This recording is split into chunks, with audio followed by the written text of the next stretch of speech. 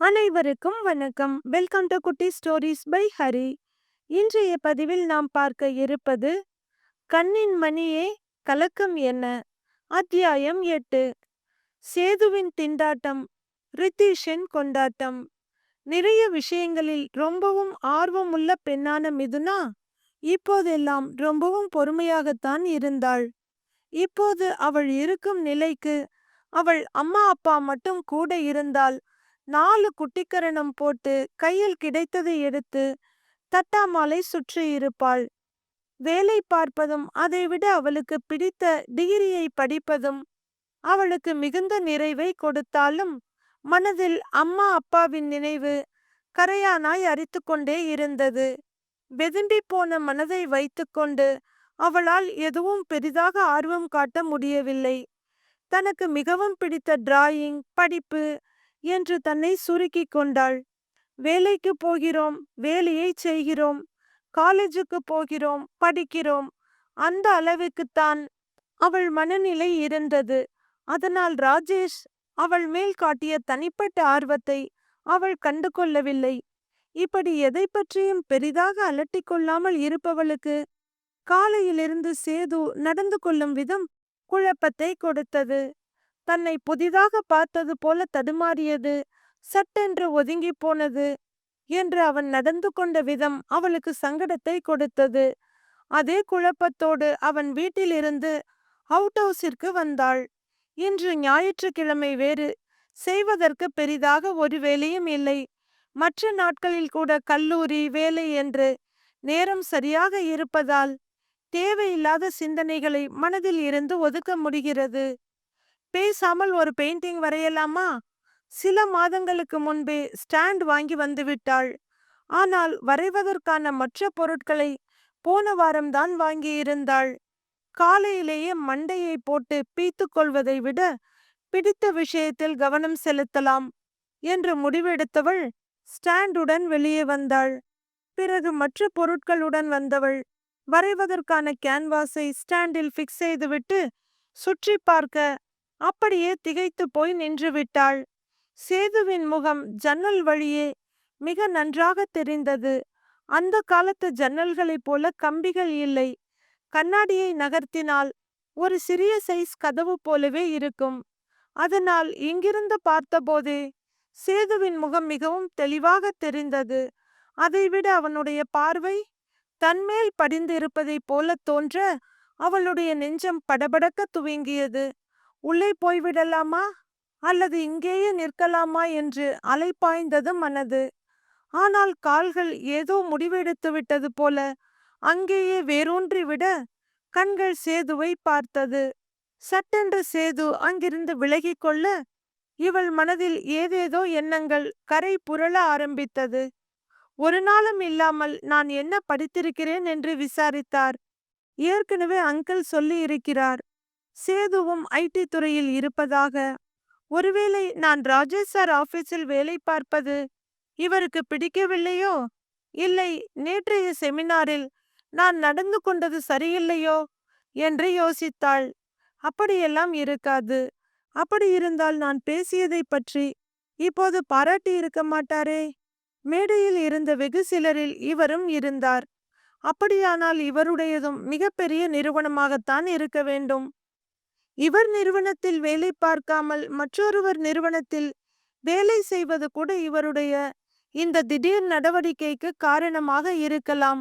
இதை பற்றி அங்கிளிடம் கேட்டுவிட வேண்டும் என்று நினைத்தவள் தோட்டத்திற்கு வந்த ரகுராமை பார்த்ததும் கையில் இருந்த பிரஷை அங்கிருந்த ஸ்டூலின் மேல் வைத்துவிட்டு அவரை நோக்கி சென்றாள். வழக்கமாக 7 மணிக்கெல்லாம் எழுந்துவிடும் ராஜேஷால் இன்று படுக்கையை விட்டு எழுந்திருக்கவே முடியவில்லை. கஷ்டப்பட்டு கண்களை திறந்தவன் தலை சற்று பாரமாக இருப்பது போல உணர்ந்தான். அவனுக்கும் இரவு தூக்கமே வரவில்லை. கண்களை திறந்தால் மிதுனாவின் நினைவும், கண்களை மூடினால் அவளுடைய உருவமும் வந்து நின்றது. கனத்த கண்ணிமைகளை கஷ்டப்பட்டு திறந்தவன் ஜன்னல் வழியே பார்க்க சூரியனின் இளம் கதிர்கள் அங்கிருந்த மரங்களில் பட்டு மின்னிக் கொண்டிருந்தது. எழுந்து உட்கார்ந்தவனின் பார்வை மரங்களில் இருந்த இலைகளை தாண்டி மண்ணில் முளைத்திருந்த சிறு செடிகளின் மேல் விழுந்தது. என்ன, இன்று இந்த காலை பொழுது இவ்வளவு அழகாக இருக்கிறது? சூரியனின் கதிர்கள், மரங்கள், இலைகள், செடிகள் என்று எல்லாமே மிக அழகாக தெரிகிறதே. ராஜேஷ் யோசிக்க, இதையெல்லாம் விட நான் தான் அழகு என்பது போல மிதுனாவின் உருவம் அவன் மனதில் வந்து நின்றது. ராஜேஷின் இதழ்களில் மெல்லிய புன்னகை படர்ந்தது. அவன் மனம் சற்று பின்னோக்கி சென்றது. ஆரம்பத்தில் ராஜேஷ் அவளை ரசித்ததோடு சரி, அதற்கு மேல் யோசித்து இருக்கவில்லை. ஆனால் அவள் வேலைகளை கையாளும் விதமும், சவாலாக இருந்த ஒரு ப்ராஜெக்டை முடித்த விதமும் அவனுக்கு பிரமிப்பை கொடுத்தது.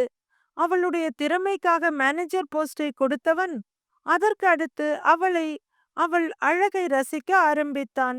கொஞ்சம் கொஞ்சமாகத்தான் தெரிந்தது, இந்த பெண்ணின் அறிவு மட்டுமல்ல, அழகும் அபரிமிதமானது, ஈடு இணை இல்லாதது என்று. ராஜேஷிற்கு சோனா தன்னிடம் வழிவதும் தன்னை அவள் வழிக்கு கொண்டுவர நினைப்பதும் தெரியும். ஆனால் அவனுடைய அளவில் வேலையை செய்கிறாயா, எப்படியோ இருந்து கொள் என்பது போலத்தான் சோனாவை பற்றிய கணக்கு. சோனா என்று மட்டுமல்ல, யாரையும் பெரிதாக கண்டு கொள்ள மாட்டான். அவனுக்கு வேலை மட்டுமே முக்கியம். யாருக்கும் உதவிகள் செய்வதோ அல்லது இறங்கி போய் பேசுவதோ சுத்தமாக பிடிக்காது.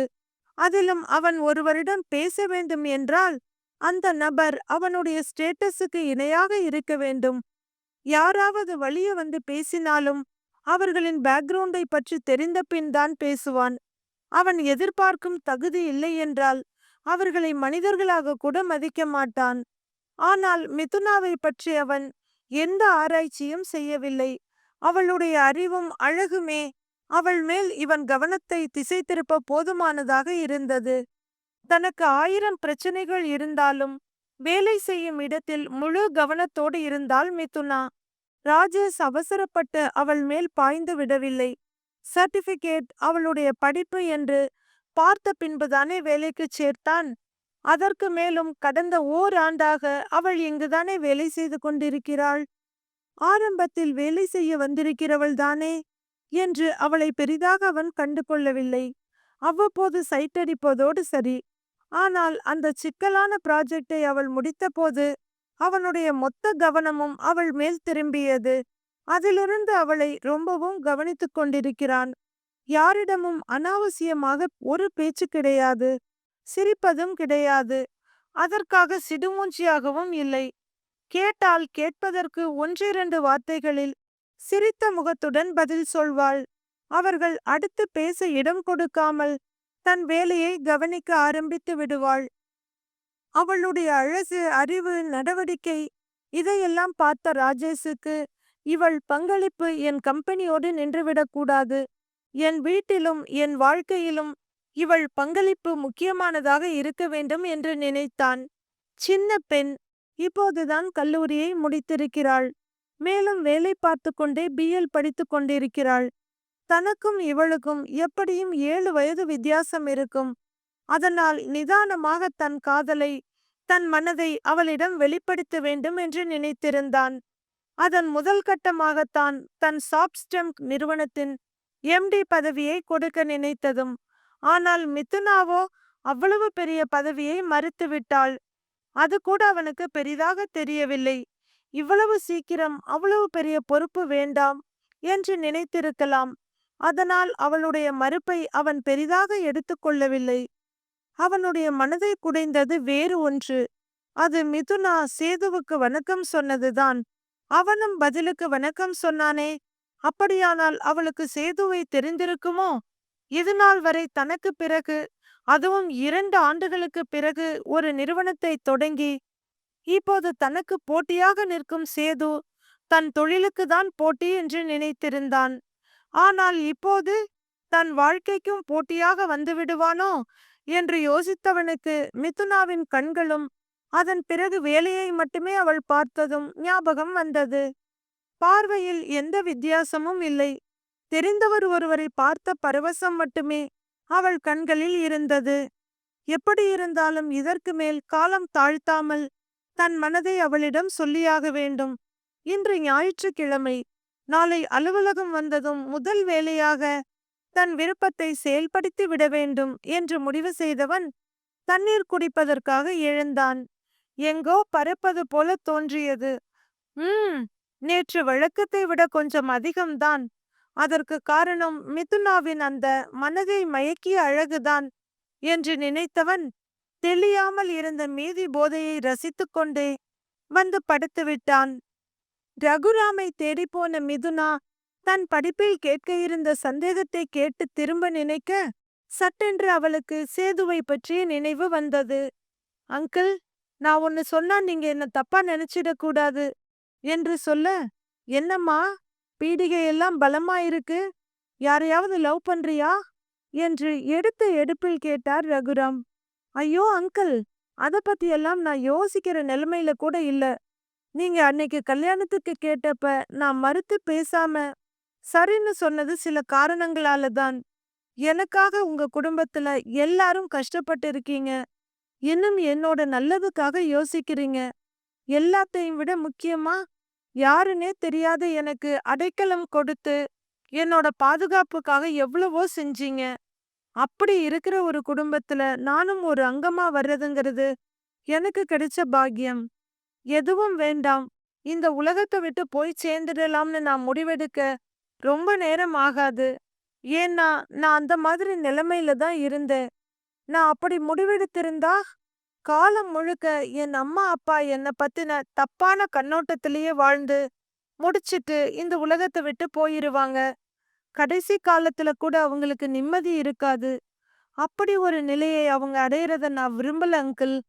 நான் உயிரோடு இருந்தா என்னைக்காவது ஒரு நாள் அவங்களோட நினைப்பு தப்புன்னு அவங்களுக்கு புரியும். உண்மைய சொல்ல போனா நான் அந்த நாளுக்காகத்தான் அங்கிள் வெயிட் பண்ணிட்டு இருக்கேன். அதோட என் தாத்தாவின் மாறாத லட்சியத்தை நிறைவேற்றணும் என்பதுதான் என்னோட ஆசை.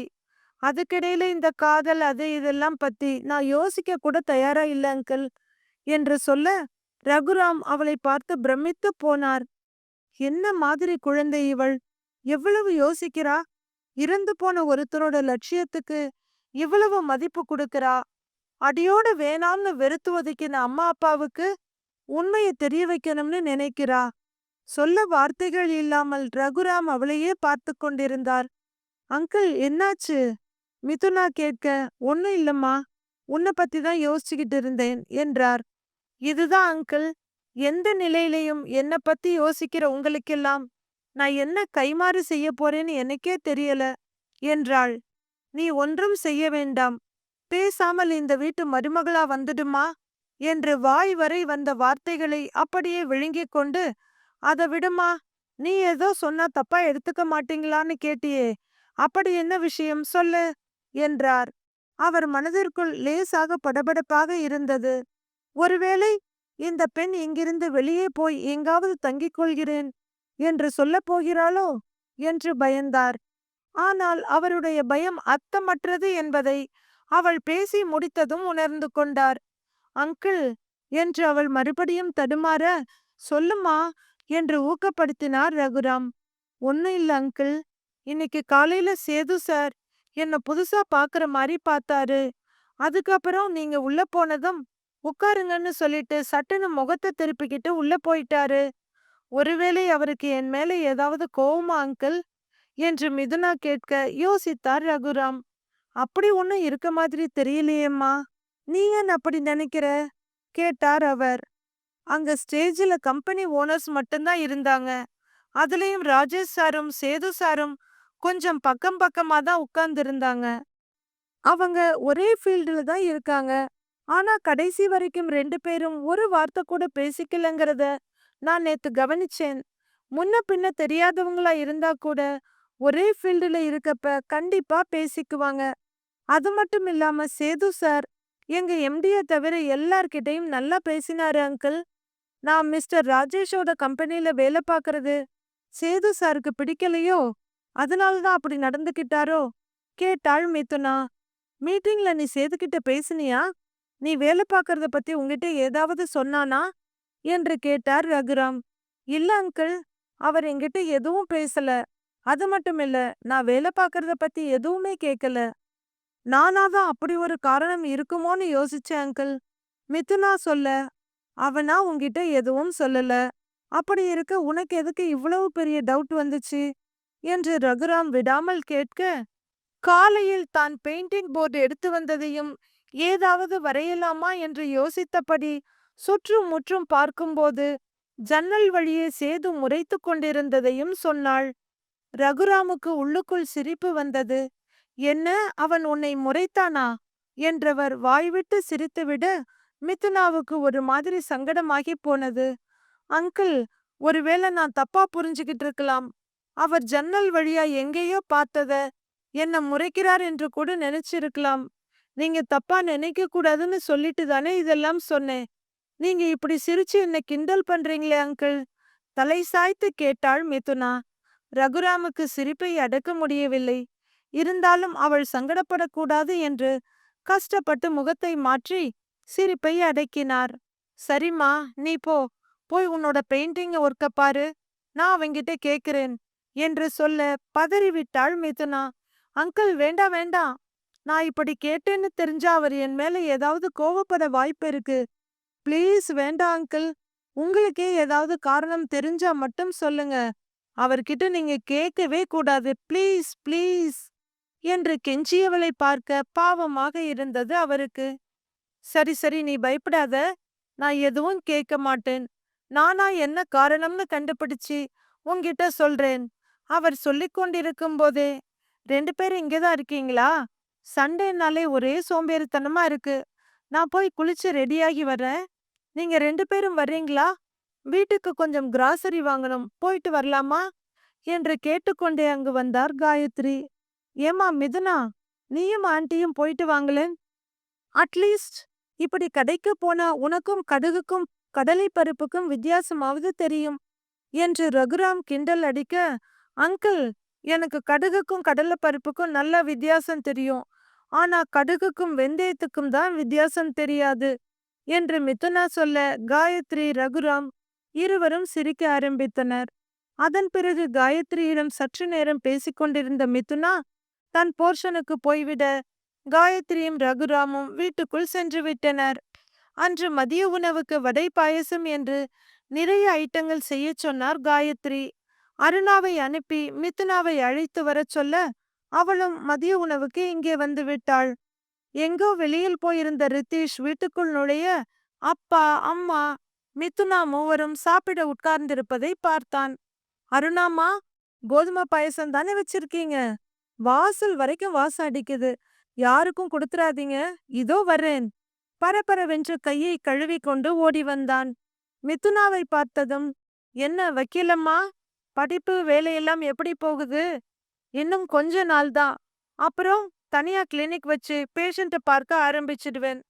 1000 பேரை கொன்றால்தான் அரை வைத்தியன்னு சொல்லுவாங்க. நான் அவ்வளவு பேரெல்லாம் கொல்ல மாட்டேன். ஆனா தப்பா ட்ரீட்மெண்ட் கொடுத்து ஏதாவது பிரச்சனை வந்தா எனக்கு எந்த பயமும் இல்ல. ஏன்னா அதோ உட்கார்ந்திருக்காரு இந்த ஜட்ஜ் ஐயா, அவரு என்ன தூக்கி உள்ள போட்டாலும் உங்க வாத திறமையால என்ன வெளியே கொண்டு வந்துருவீங்கல்ல. நான் தைரியமா கிளினிக் ஓபன் பண்ணலாமா? சொல்லுங்க வக்கீலம்மா, நீங்க சொல்ல போற வார்த்தையை வச்சுதான் நான் தைரியமா கிளினிக் ஓபன் பண்ண போறேன் என்று வாய் மூடாமல் அவன் பேசிக்கொண்டிருக்க, டேய், இதுக்கு தான் நான் அப்பவே சொன்னேன், உனக்கு டாக்டர் ஆகிறதெல்லாம் செட் ஆகாது, பேசாம வக்கீல் ஆயிடுன்னு. உன்னை மிஞ்சறதுக்கு யாருமே இருக்க மாட்டாங்க. ஜட்ஜே பயந்து போய் உன் சைடுக்கு தான் தீர்ப்பு கொடுப்பாரு. இல்லன்னா நீ பேசுற பேச்சுல அவர் காதுல ரத்தம் வந்துருமே என்று கிண்டல் அடித்தார் ரகுராம். உண்மையிலேயே உன்கிட்ட வர்ற பேஷண்ட் ரொம்ப பாவம்டா. நீ ட்ரீட்மெண்ட் கொடுத்தெல்லாம் கொல்ல வேண்டாம், பேசியே கொன்னுடுவ. எனக்கு அந்த நம்பிக்கை பரிபூரணமாயிருக்கு. அவ சாப்பிடட்டும், நீ முதல்ல சாப்பிடு. இல்ல உனக்கு பிடிச்ச கோதுமை பாயசம் அரோகராதான். காயத்ரி சொல்ல, அண்ணி, இப்படியே நீங்க பேசாம இருந்தா வரப்போற உங்க ஹஸ்பண்டுக்கு நல்லது. ஆனா உங்க தொழிலுக்கு சுத்தமா நல்லதில்ல, பாத்துக்கோங்க. மீண்டும் மிதுனாவை வம்புக்கு இழுக்க இப்ப என்ன உங்களுக்காக வாதாடணும். அங்கிளோட தீர்ப்பு உறுதிப்படுத்துற மாதிரி கண்டிப்பா என்னோட வாதம் இருக்கும், சரியா? நீங்க பயப்படாம உங்க கிளினிக் ஆரம்பிங்க, நாங்க இருக்கோம். இல்ல அங்கிள், ரகுராமை பார்த்து கேட்டாள் மிதுனா. நீங்க இருப்பீங்க, உங்ககிட்ட வந்ததுக்கு அப்புறம் என் வேலையை பார்க்க நான் இருப்பேனா என்று ரித்தீஷ் கேட்க, அங்கு வந்த சேதுமாதவன் அவன் முதுகில் பட்டென்று ஒன்று வைத்தான். ரித்தீஷ் அவனை முறைக்க, டேய் கொஞ்சம் வாய மூடிட்டு சாப்பிடுறா, அம்மா எனக்கும் தட்டு வைங்க என்று ஒரு சேரை இழுத்து போட்டு உட்கார்ந்தான். எல்லோரும் பேசிக்கொண்டும் அரட்டை அடித்துக்கொண்டும் சாப்பிட, சேது எதுவும் பேசவில்லை. சாப்பிடுவதில் மட்டும் கவனமாக இருந்தான். ஓரிரு முறை அம்மா அப்பா கேட்ட கேள்விக்கு மட்டும் பதில் சொன்னான். டேய் அண்ணா, என்ன ஆளே ஒரு மாதிரியா இருக்க, எங்கேயாவது கவுந்துட்டியா என்ற ரித்தீஷுக்கு பதில் ஏதும் சொல்லாமல் முறைத்துவிட்டு எழுந்து போய்விட்டான் சேது. அப்பா, உங்க பெரிய பையன் எங்கேயோ காதல்ல விழுந்துட்டான்னு நினைக்கிறேன். சட்டு புட்டுன்னு யாருன்னு பார்த்து கல்யாணம் பண்ணுங்க, அப்பதான் எனக்கு ரூட் கிளியர் ஆகும். இவனும் என்கிட்ட சரியா பேசுறதில்ல. உங்களுக்கும் அம்மாவுக்கும் இன்னும் ரொமான்ஸ் குறையவே இல்ல. என்கிட்ட பேசுறதுக்கு இந்த வீட்ல யாருமே இல்ல. அவனுக்கு சீக்கிரம் கல்யாணம் பண்ணீங்கன்னா நானும் என் கேர்ள் ஃப்ரெண்ட கூட்டிட்டு வந்துடுவேன். ஏன் பொழுதும் ஜாலியா போகும் இல்ல. ரித்தீஷ் கண்ணடிக்க தலையில் அடித்து கொண்டார் காயத்ரி. உன்னை எந்த நேரத்துல தான் பெத்தேன்னு தெரியலடா. தூங்குற நேரம் தவிர மத்த எந்த நேரமாவது உன் வாய் மூடுதா பாரு. எப்படி இருக்கணும்னு உன் அண்ணனை பார்த்து கத்துக்கோ என்றார் காயத்ரி. சாரிம்மா, உங்க பெரிய பையன்கிட்ட கத்துக்கிறதுக்கு எனக்கு எதுவும் இருக்க மாதிரி தெரியல. உங்களுக்கு தெரிஞ்சா சொல்லுங்க, பாக்குறேன். ரித்தீஷ் சீரியஸாக சொல்ல, மிதுனா சிரித்து விட்டாள். என்ன அண்ணி, அண்ணனை பத்தி சொன்னதும் நீங்களும் சிரிக்கிறீங்க? அவன் மேல ஏக கடுப்புல இருக்கீங்களோ என்று கேட்க திடுக்கிட்டு போனாள் மிதுனா. என்ன இவன் இவ்வளவு புத்திசாலியாக இருக்கிறானே, இவன் அண்ணனை பற்றி நினைத்து கொண்டிருந்தது இவனுக்கு எப்படி தெரிந்தது என்று யோசித்தவள் தலை நிமிராமல் சாப்பிட ஆரம்பித்தாள். மகனின் மாற்றத்தை நேரடியாக பார்த்த ரகுராம் அவனிடம் இதை பற்றி விசாரிக்க முடிவெடுத்தார். மதிய ஓய்வுக்கு பிறகு மாலை மகனுடைய அறைக்குச் சென்றார். சேது லேப்டாப்பில் எதையோ பார்த்து கொண்டிருந்தான். அவன் கைகள் இரண்டும் பக்கவாட்டில் இருப்பதை வைத்து அவன் வேலை எதுவும் செய்யவில்லை என்பதை உணர்ந்து கொண்டார் ரகுராம். அருகில் போய் உட்கார்ந்து அவரும் லேப்டாப்பை பார்க்க அதில் மிதுனா நடந்து வருவது தெரிந்தது.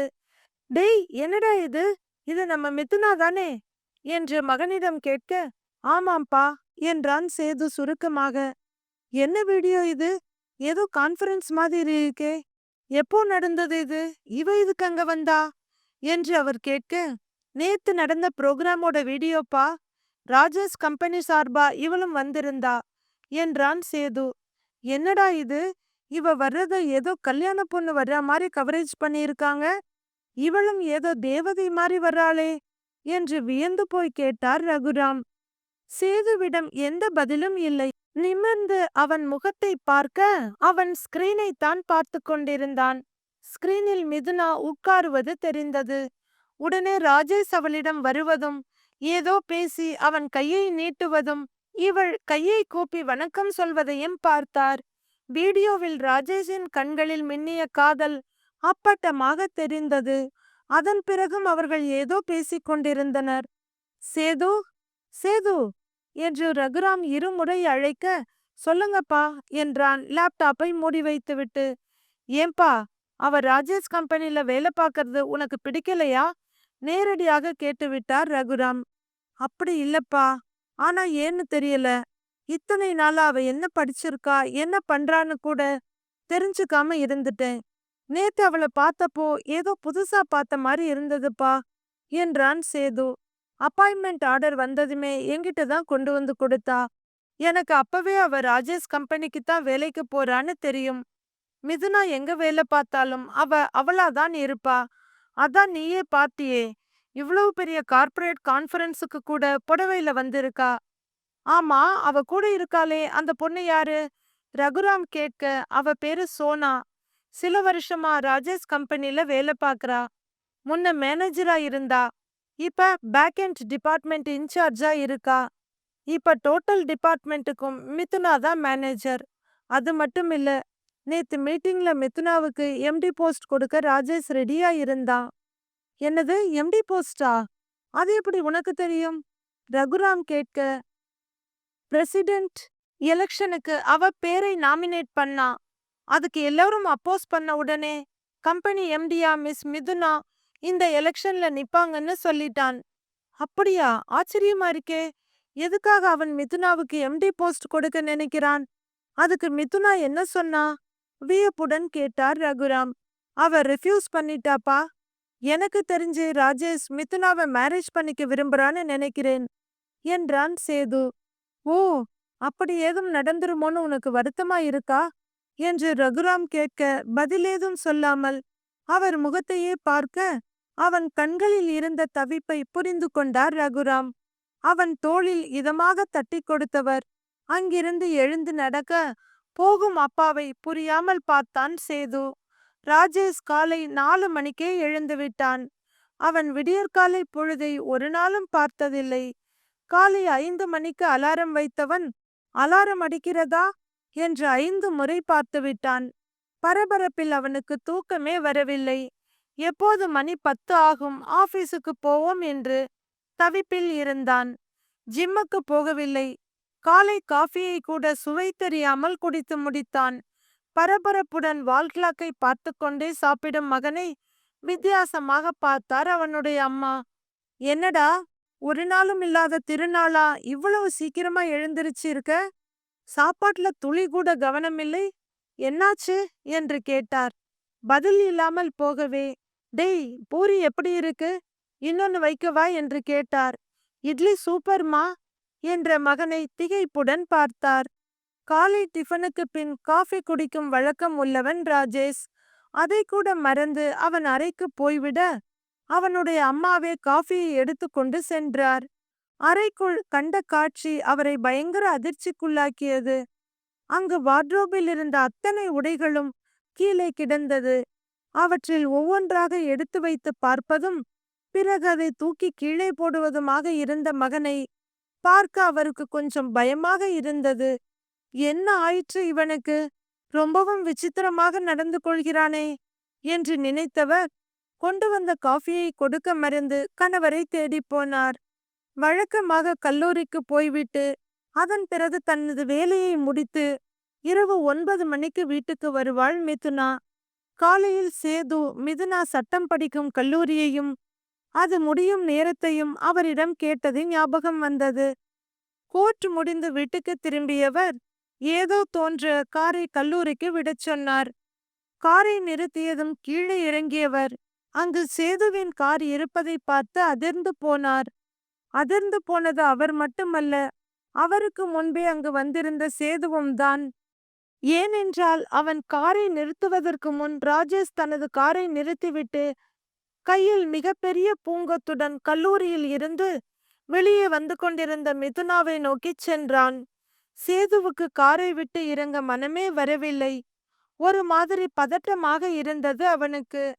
காரில் ஏசி ஓடிக்கொண்டிருந்தாலும் அவன் நெற்றியில் வியர்வை முத்துக்கள் போத்திருந்தன. நெருங்கிய மிதுனாவிடம் ராஜேஷ் பூங்கொத்தை நீட்ட சேதுவின் இதயம் மட்டுமல்ல, ரகுராமின் இதயமும் வேகமாக துடிக்க ஆரம்பித்தது. தொடரும். கதையை படித்த கேட்ட அனைவருக்கும் நன்றி. கதை பிடித்திருந்தால் லைக் செய்து நமது சேனலை சப்ஸ்கிரைப் செய்து கொள்ளுங்கள். நன்றி, வணக்கம்.